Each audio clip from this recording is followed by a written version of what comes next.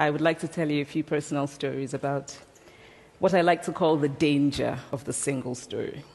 I thought about this when I left Nigeria to go to university in the United States. I was 19. My American roommate was shocked by me.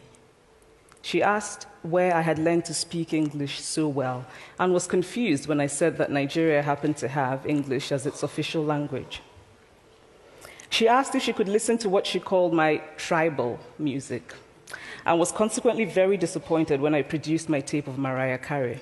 So after I had spent some years in the US as an African, I began to understand my roommate's response to me.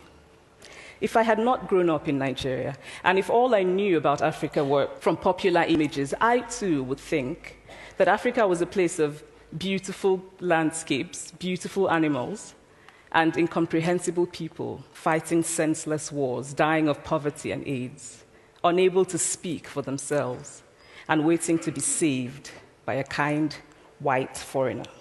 So that is how to create a single story. Show a people as one thing, as only one thing, over and over again, and that is what they become.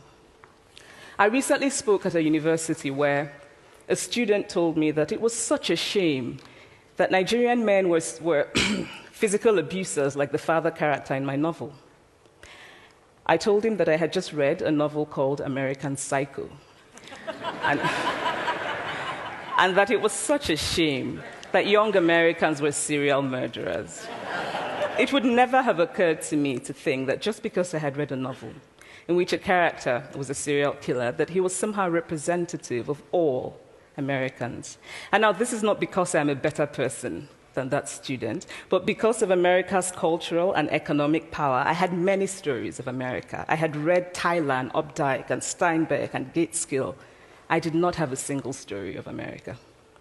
I've always felt that it is impossible to engage properly with a place or a person without engaging with all of the stories of that place and that person.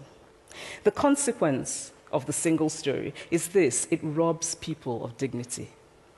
It makes our recognition of our equal humanity difficult. It emphasizes how we are different rather than how we are similar. Stories matter. Many stories matter. Stories have been used to dispossess and to malign. But stories can also be used to empower and to humanize. Stories can break the dignity of a people, but stories can also repair that broken dignity.